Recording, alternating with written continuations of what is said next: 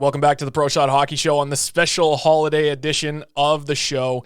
I would like to welcome to the show for the first time my beautiful girlfriend, Carrington, and we're going to be covering something today that is a very, very important topic in the world of sports, and that is the equality of not just female fans, but female athletes in the sport as well. So welcome to the show. It's good to have you on, and I'm really excited. I know that when we talked previously, we were doing this episode. We've planned this for a while, and we're finally making it happen. So I'm really, really excited. Thanks so much for having me, Tyler. I'm really, really excited to be here. It's been a long time in the making, and I'm so happy to do it. And honestly, this was one thing that when you came to me with the idea that you had, I couldn't say no because it's something that doesn't get covered often, and it's an important message. You know what I mean? Like, because there are so many different things that go into this, into, the spirit of inclusion, especially in the women's side of the game, which we've seen so often, time and time again, that, people will make assumptions that like, oh, women's sports are not as strong as men's sports and stuff like that. So this is one of those things that we're going to be breaking down a couple of the stereotypes, what we can do to kind of steer away from that narrative and write ourselves a new one that, hey, women's sports are just as good as men's sports are.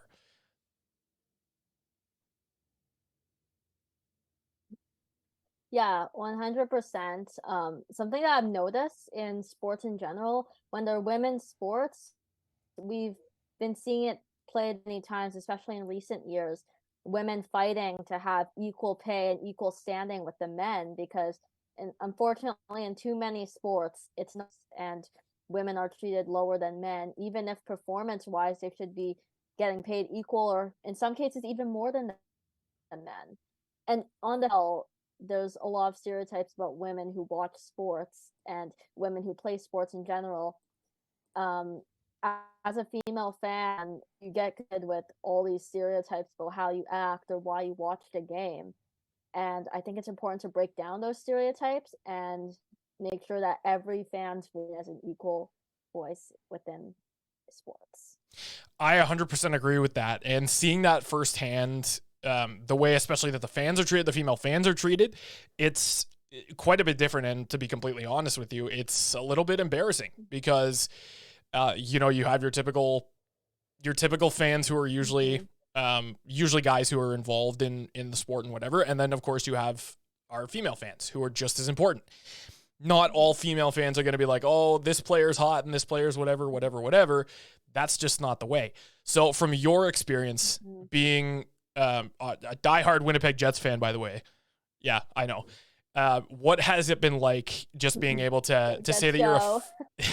what's it been like being able to say that you're a fan of the game?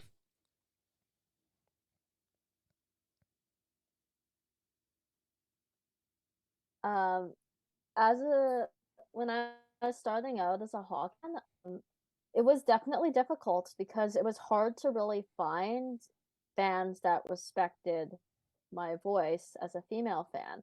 Every time I'd make a statement about the game or even talk about privately, guys would immediately assume that I didn't really know anything about the game and I was only watching because there were attractive male players.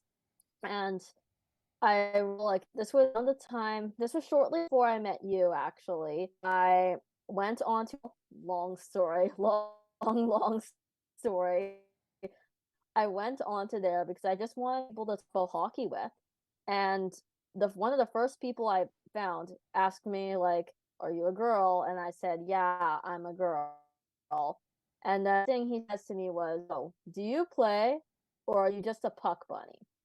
And it was like immediately pigeonholing female fans into two rules: either they play the sport or they only watch it for the hot guys. And it's like there was no in between. You couldn't be a fan and not play but still respect the game. And and I knew at that point I either had to lie and try and pretend I knew how to play the game, which I do not. I'm not an athlete by any means, so I didn't want to lie, but I also didn't want to, like, I knew if I said I didn't play, I'd immediately get written off as a puck bunny. So I tried to explain myself my answer, but I was immediately shut down. And it was disheartening because as a female fan, it seems like you have to do 10 times more to prove that you know about the game. And yeah, it was just really difficult because I could only really talk to other girls who watched the sport, and pretty much all of us felt like we couldn't really express a knowledge about the game and were pigeonholed into being puck bunnies just because none of us really knew how to play. It was really disheartening, and so you try to prove yourself. Sometimes they're not even gonna guy fans aren't gonna give you a second look. Not all guy fans are like this, and when I met you, appreciated. But unfortunately, a lot of fans still are stuck in that mindset, and even some female fans I've met are stuck in that mindset. And you know what? It's one of those things that you have to start breaking that stigma, because the more that people do that and the more that people say, oh, they're just Hmm. either in it for the guys or, they're playing. It's like you said, there's no in between, when in reality, anybody should be able to watch and follow along with the game, right? Because if you love the sport and you're passionate about it, nobody should be able to tell you otherwise. That's just who you are. Nobody should be able Exactly. to have that right to say, oh, you're a female fan, you don't want to actually watch it, you're just in it for the guys. Or if you play it, that's it. Hmm. There shouldn't be that division.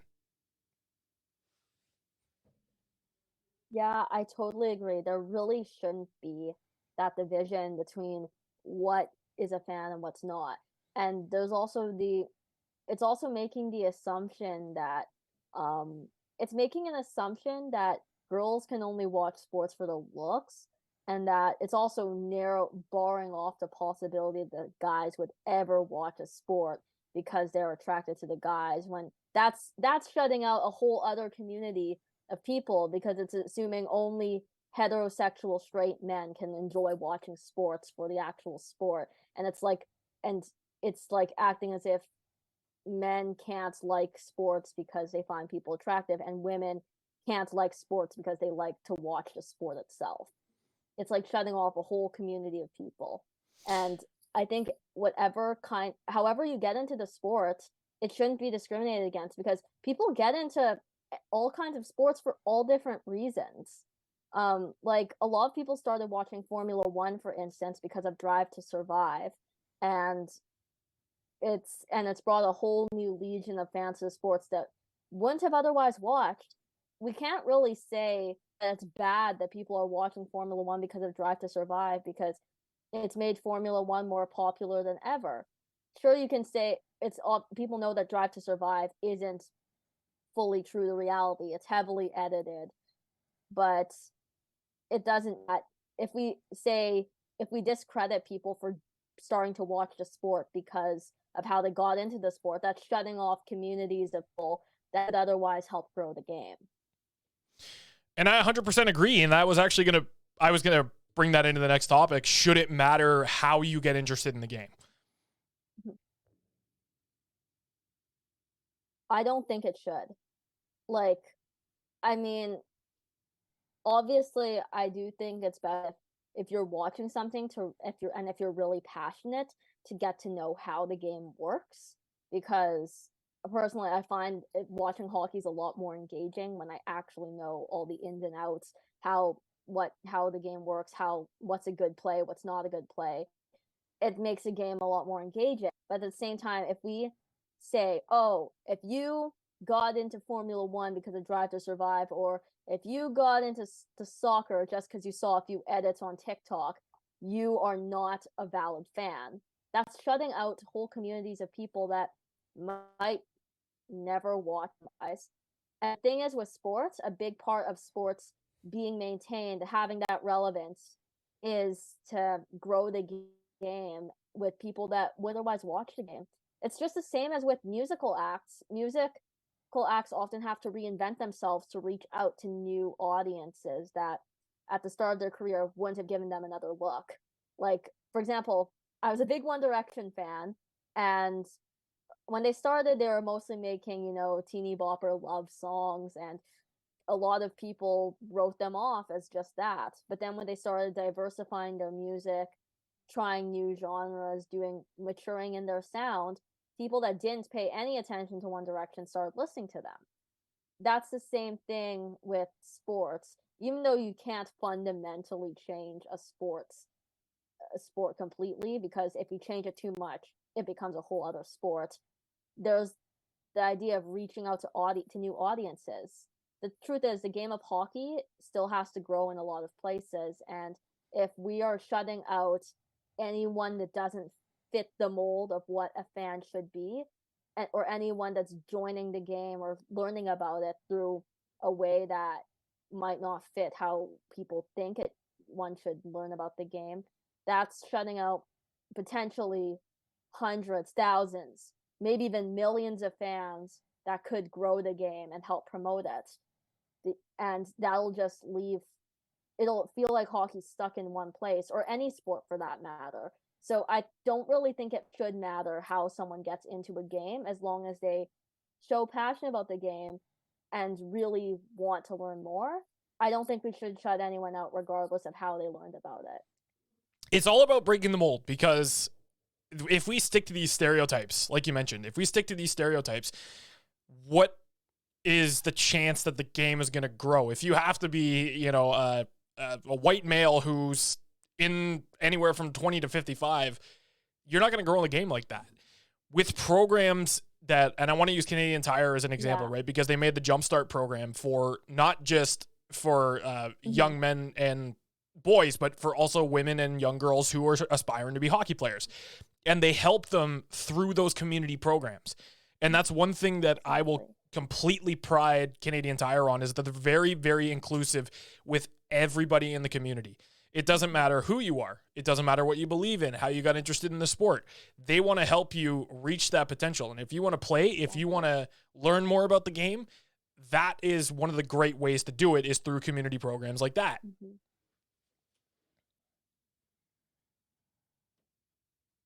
Yeah, 100%. And just in general, I think when we open up the fan base for people that might not be, for example, a white, cisgender, heterosexual male, if between the 55, if we, you know, invite more girls to start having their input on the game, if we include people that aren't heterosexual, people are people that would be considered racial minorities, if we allow those people to express passion about the game, more people will feel like they have a voice. For a long time, I felt like maybe my opinions weren't valid because, I am a 5'1" Asian Chinese Canadian female who doesn't really play sports. And the more I got shut down and the more I saw other female fans, or even whether they played or not, being shut down, the more it felt like discouraging. Like, maybe my opinion isn't as valid as a fan. But in reality, that's not true. And everyone's opinion, so long as they are respectful of everyone, should be seen as valid in this game. I And 100 any sport for that matter. I 100% agree with that, because it's like we were mentioning earlier. It doesn't matter who you are. If you love the sport and you're passionate about it, you should be able to interact with other fans just like you normally would, without being judged of, your gender, your age, whether you're actually interested in the sport or not. If you want to talk about it, you should be able to do that without being judged. That's just the way it should be. Now, it's all about, like I said, it's all about breaking that stereotype, breaking that mold, and more including everybody. Because the more that you get everybody else involved, the more that the sports are going to grow, the more people are going to get involved in it, the more people are going to want to play. It's a very, very big positive for everybody, no matter what group you belong to. Exactly. 100%. And I do think that we need to start breaking down the stereotypes. At the same time, we also shouldn't be shutting down anyone that supposedly falls into what people find stereotypical behavior. We also shouldn't say, oh, you're a bad fan, because there are girls that I know and that appreciate how good looking athletes are. And we shouldn't be saying, oh, you're such a bad fan, get out, just because they might be interested in the sport for that reason. We shouldn't, but not by breaking down the stereotype, we shouldn't also shut down people that maybe want to watch the game because they like how a guy looks. We shouldn't shut that kind of behavior down either, because at the end of the day, they're still watching the game. They could still grow the sport, and maybe with time, they will want to watch the game for the game itself. We shouldn't shut down people that might come in and look like they're a stereotype, as long as they're not openly trying to push that stereotype, and as long as they're not like being like intentionally, oh, female, I'm a female fan, I have to like it because of the hot guys, and there's no other way I can be. Forcefully pushing a stereotype, then that's a different story. But if someone just comes into the game and likes watching it at first because of the good looking players, we shouldn't, oh, you're a bad fan, get out. No, and I agree. And speaking of forcefully pushing the stereotypes, we've often seen a lot of sexism towards, female fans, especially in different sports. It's not just necessarily hockey. It can be figure skating, race car driving, football, baseball. It doesn't matter what sport it is. We have seen unfortunately, a lot of sexism. How does that play into all of this?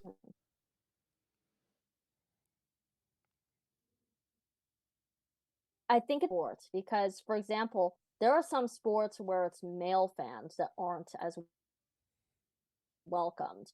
For example, people seem to think that men will like to watch sports like figure skating or gymnastics, and often male fans are who watch stereotyped as being gay. And first of all, that's inciting homophobia and saying, oh, because you're gay, you're lesser, and that shouldn't be the case. But also in general, it's like in general, when one group of fans gets excluded from any sport, that's really harmful.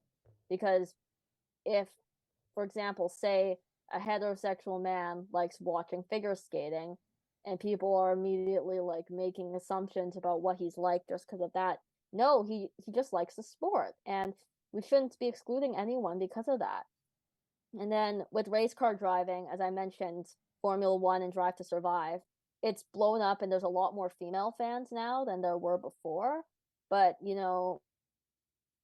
there's still stereotypes about drivers that have a ton of female fans. Like, even it's almost mocked when a driver has like a ton of female fans.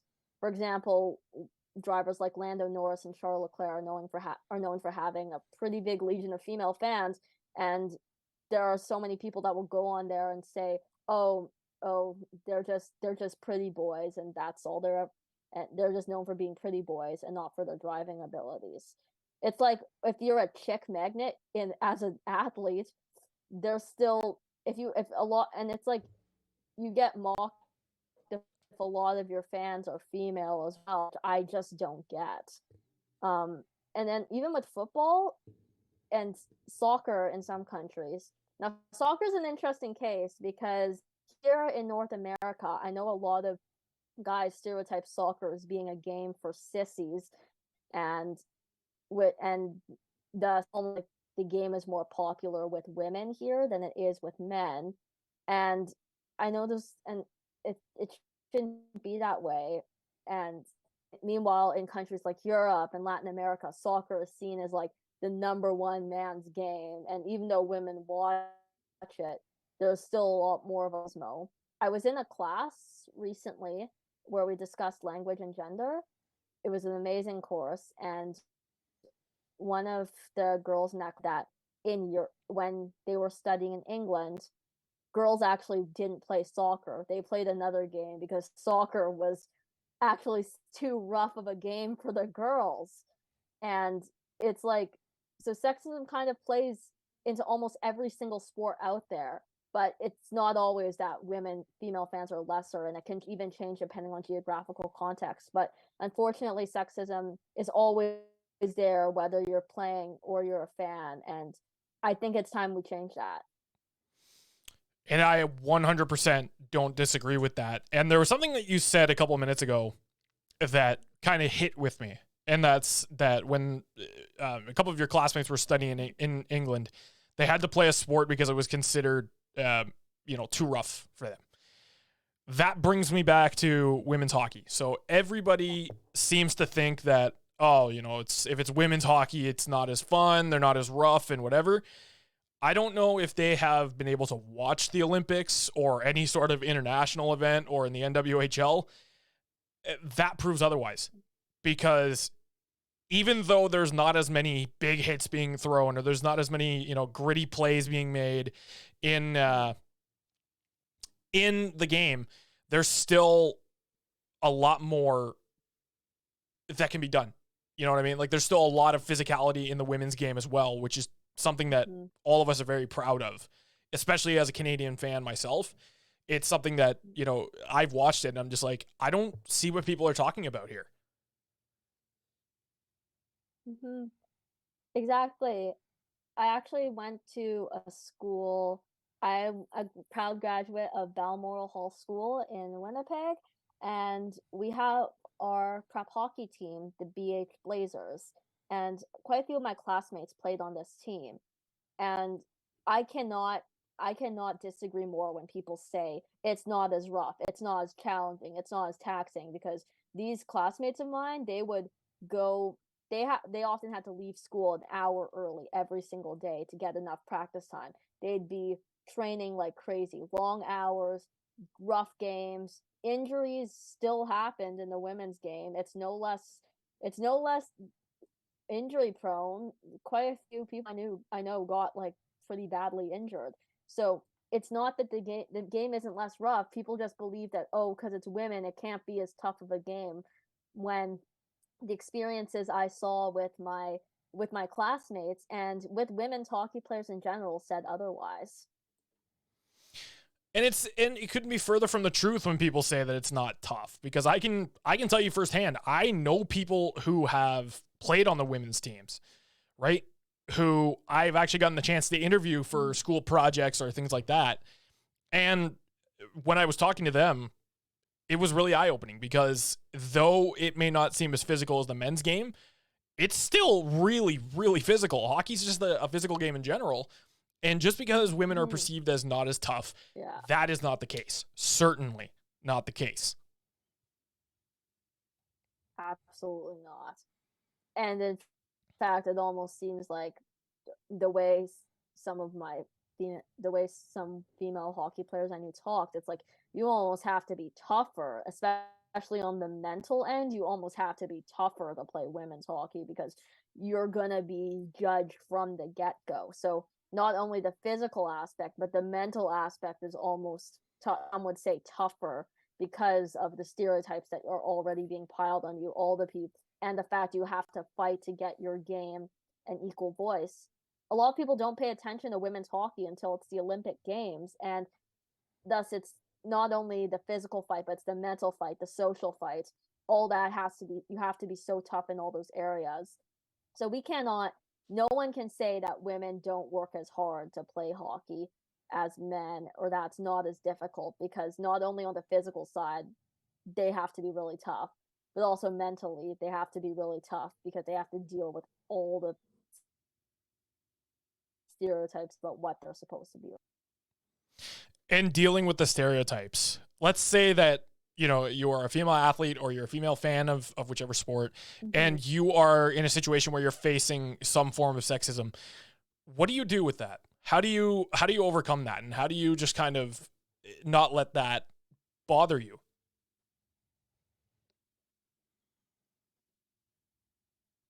If you Whether you're a player or a man, one of the biggest things that I learned to do was just to, first of all, it kind of depends on the states. It depends on the situation. In some contexts, I just don't even bother. Like, I'll just be like, okay, you wanna feel that way? Sure, you can say what you want. I'll just walk the other way, and I don't owe you any of more of my time. I just won't bother with them. But then in other cases, you don't just want to leave it at that, because if you the more doing nothing works in some contexts, but shouldn't be the answer in every context to do nothing. We are not going to change these views if we just sit back and don't bother changing people's minds. Um, if in the right situation, just I try and make an effort to change people's mind and maybe open their eyes a little bit. It doesn't have to be spitting out every single fact you know about the game. Like, I mean, I could say Jerome McGinley's entire name right now. I do actually know his entire, but it's a lot more deep than that. Like maybe asking people, why do you feel that way? Have you had any experiences with female? Do you feel like, oh, be hockey fans for this reason? Um, so the biggest thing is you can walk away in some situations, but then also be willing to have those conversations. Be willing, whether it's on a public platform or in private with people, just be open and willing to listen to other people's opinions and then try and change your mind and show them why you are still valid as a fan or why you feel female fans are still valid. Like when you can, or even if you're a male fan in a sport where generally male fans are seen as like less common or there are stereotypes about men watching it, just be willing to have an ocean and change people's minds because it takes a lot of effort and time, and this is not going to be an overnight change, but just being willing to open up, make little small concerted efforts to make changes in how people view things will do a world of difference in the future, I believe. And I 100% agree with that. It's so great to have these types of conversations because, again, I feel that stuff like this doesn't get covered enough. You often see on social media that female fans and athletes are getting called out, and I'm glad that we had that chance to break this because the more that negative stereotype continues, the more that the game is going to not grow and things are going to get much worse. So thank you. You know what? Thank you so much for talking to me today about this. It was a great idea that you brought to me. And I think this was a really kind of eye-opening experience for people who are looking to get into the game or looking to grow their knowledge of it. And it's something that a lot of people should start doing is just be more inclusive. It doesn't matter if you are male, female, anything. Be more inclusive because at the end of the day, we're all human and we have just as much right to learn the sports as any other person does. Mm-hmm. So thank you so much for having me, Tyler. I really had fun on this episode and I really hope this opens more people's eyes. I just want everyone watching this to know no matter how you got into the game, whether you're a female, a male, regardless of your racial background, your sexual orientation, how you identify yourself in any way, you are no less valid as a fan than anyone else. We shouldn't be stopping anyone from watching the game. And even if people say you are not a valid fan, just know that's not true. And there are people that want to join the game, and I hope you don't feel invalidated in any way. I stand with you. We all stand with you. And with that being said, thank you very much for watching on behalf of Carrington and myself. Don't forget to hit that subscribe button, hit the little bell notification for all future content, and most importantly, have a happy, safe, and fun holidays, and we'll see you in the new year.